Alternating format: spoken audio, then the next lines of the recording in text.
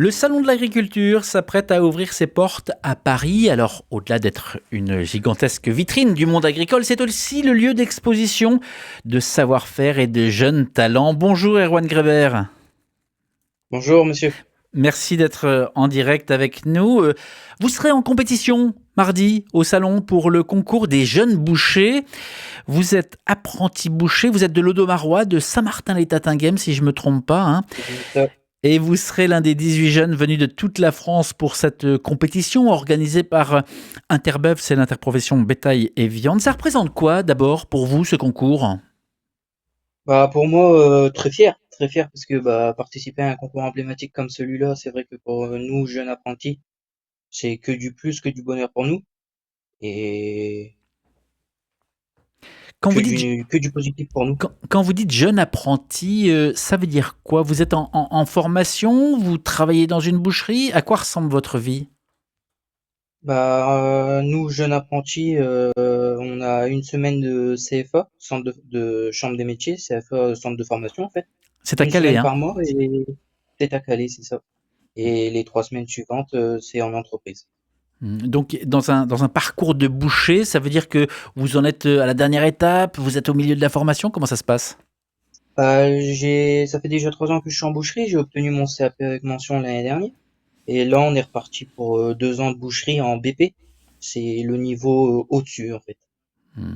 Je vois que En boucherie. je vois que vous avez déjà participé à d'autres concours. C'est pas votre premier concours. Non, Dites-nous à quoi vous avez participé déjà. j'ai eu la chance de participer au MAF l'année dernière, les sélections régionales. Et MAF, j'ai eu la c'est-à-dire? chance aussi MAF, c'est le meilleur apprenti de France. Hmm. J'ai eu la chance d'y participer l'année dernière. Et j'ai malheureusement échoué, mais ça reste que du positif pour ma carrière. Et il y a une dizaine de jours, là, je viens de sortir des sélections régionales des WorldSkills. Pareil, et encore échoué, mais on se s'avoue pas vaincu. Donc, On, on va on vous, remettre. on vous sent plein de motivation, hein. Alors on va essayer de comprendre en quoi ça consiste pas tant votre métier, on en reparlera peut-être un petit peu tout à l'heure, mais le concours. Alors je vois sur le concours à Paris qu'il y a des épreuves éliminatoires dans l'art de la découpe bouchère avec de la préparation d'épaules d'agneau, de rôti de veau, de côte de bœuf. Comment ça se passe? En quoi ça consiste? C'est ça. Ça va être un concours qui va jouer en quart de finale, demi-finale et finale. Comme vous l'avez dit, oui, en quart de finale, on est 6. En quart de finale, on aura le droit à une épaule d'agneau. En demi-finale, un rôti de veau et en finale, une côte de bœuf. Et c'est vrai qu'on a des coupes différentes à faire. Sur l'épaule d'agneau, on aura la désossage du scapulum. Chez nous, c'est l'omoplate. Et sur rôti de veau, pardon, il y aura du dénervage, du ficelage, et sur la côte de bœuf, donner une belle décoration pour donner envie aux gens de manger. Mais vous en parlez comme si c'était évident, c'est tout de même une sorte d'art, c'est un art tout ça. C'est Or, ça, on a du c'est mal ça, à, notre métier, on a c'est du de mal à l'art, hein. assimiler justement le côté boucher où on manipule C'est ça, des gros morceaux de viande et puis c'est l'art, ça. le côté ciselé. Comment vous faites pour allier les deux? Bah, difficile de vous répondre, mais c'est que du bonheur pour nous.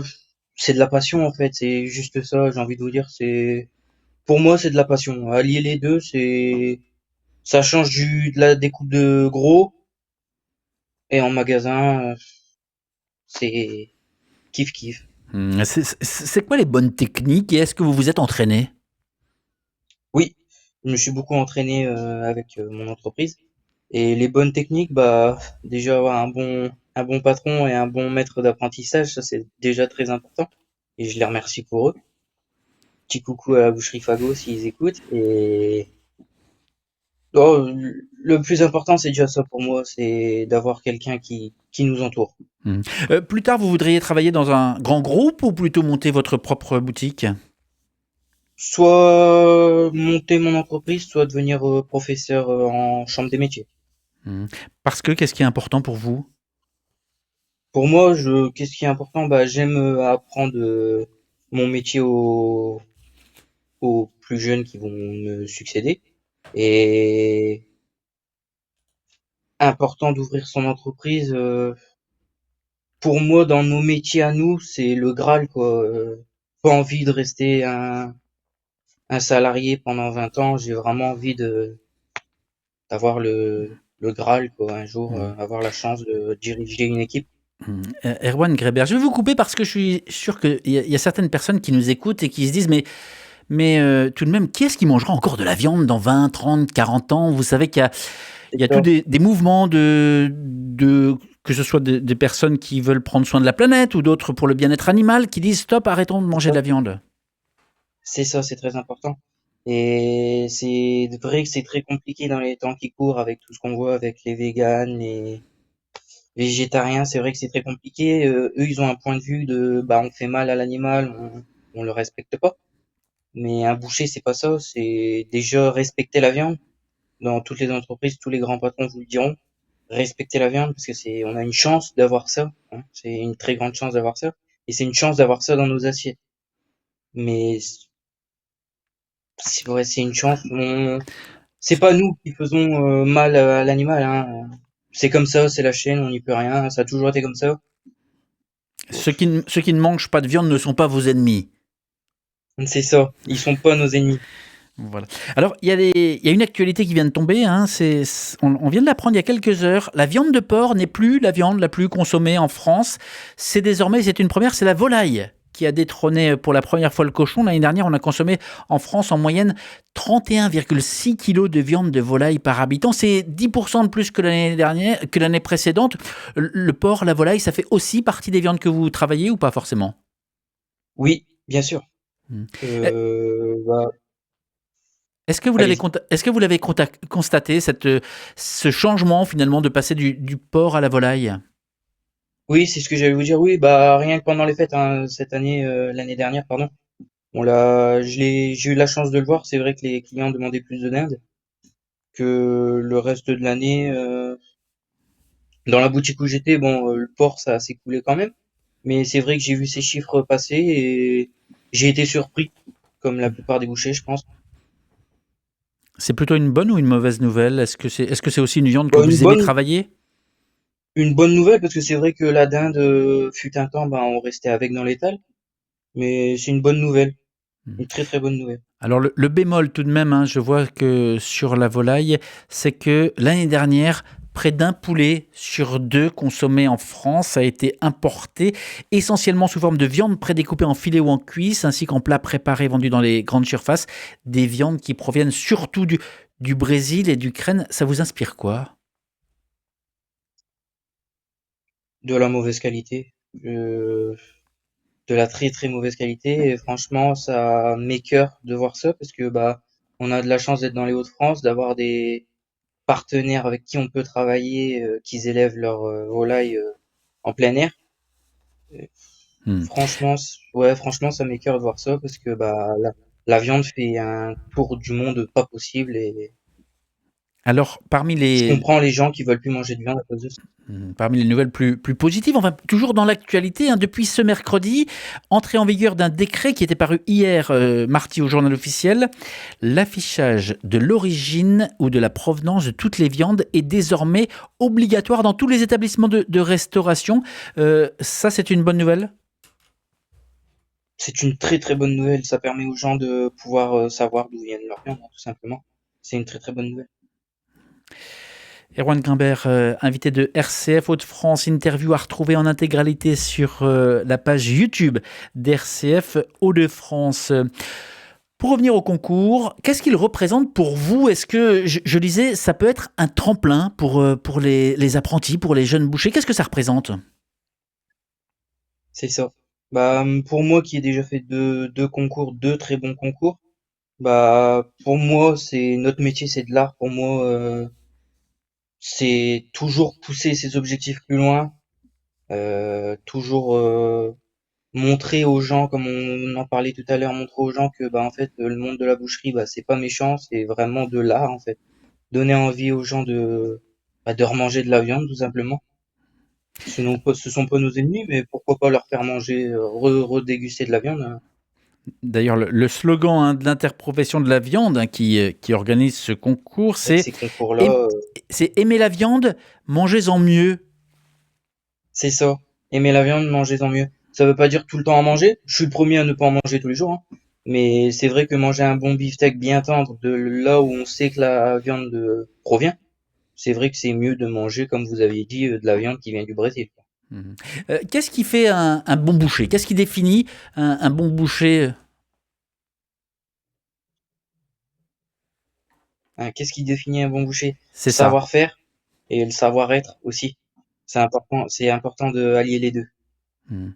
Est-ce que le L'un ne boucher va pas sans l'autre. Est-ce que le boucher doit forcément connaître les animaux? J'ai lu qu'ils sont nombreux à les choisir, à avoir des partenariats en quelque sorte avec des éleveurs, à carrément aller sur place dans les exploitations. Est-ce que ça aussi, ça fait partie du métier?